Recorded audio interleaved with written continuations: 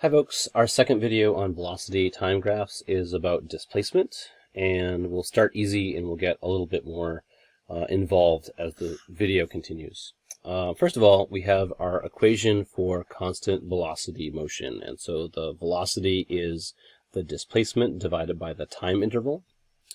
If I rearrange that, I can actually solve it for displacement, and I find that it's the velocity times the time interval. There's two things I want you to note about this equation. The first of them is that the two vectors here are displacement and velocity. And when you have one vector on each side of an equation, those vectors tend to have the same direction, unless you are told otherwise. So the direction of the displacement is the direction of the velocity. Now, on a velocity versus time graph, the direction of the velocity is whether the velocity is positive or negative. So for segment A on this graph, for instance, because this velocity is positive, this segment will have a positive displacement. For segments B, C, and D, however, the velocity is in the negative the entire time, and so this is going to be a negative displacement for the entire duration from 2 to 10 seconds. So that's the first thing, and that's really important to get a general sense of things. The other thing is more of an issue for algebra, which is this equation assumes constant velocity, and this is not constant velocity. Segment C is constant velocity, so it becomes easy to apply this equation to that segment, but for A, B, and D, we have changing velocity, and so we need to adapt to that.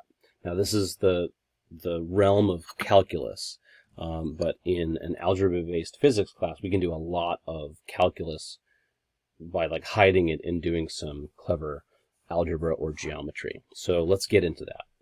The mathematical concept that we're going to be using is when you don't have a constant velocity, or even if you do, in order to find the displacement using this graph, we understand that the displacement is the area under the curve on a velocity time graph.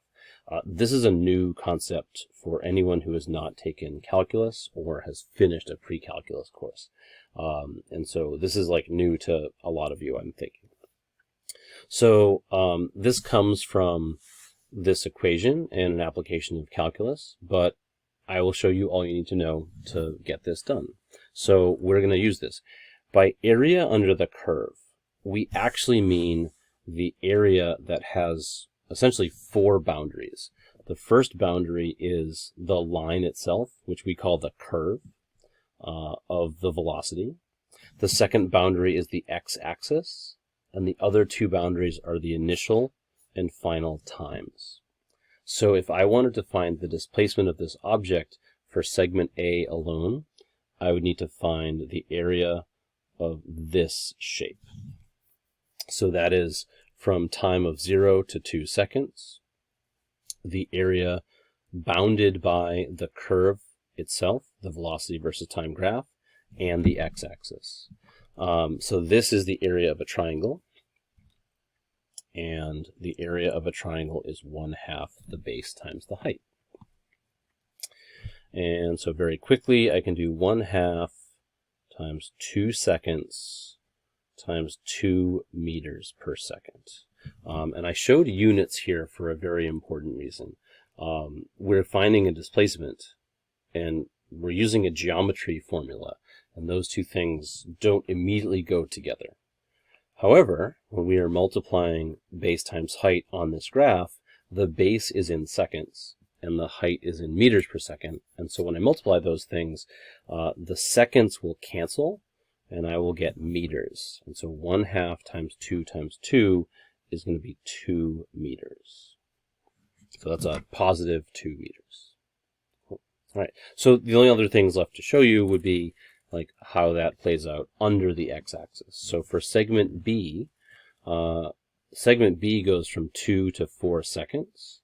And so to find the area under that graph, I would find the area bounded by those 2 times, the curve itself, and the x-axis. So this is under the x-axis. And this is also a triangle, so 1/2 base times height. And so the base, so let's do 1/2. The base is also 2 seconds. That's more of a coincidence so far, that the base has been 2 seconds.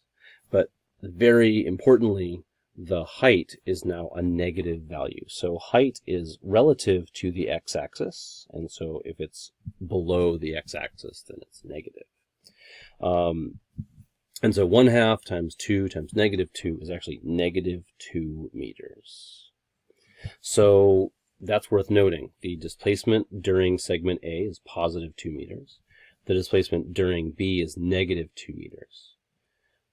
If I take this all together, if I say like the displacement of A and B together, sorry, you can't see that, and I think about that as a total journey, well, that's 2 meters plus -2 meters, and that's 0 meters.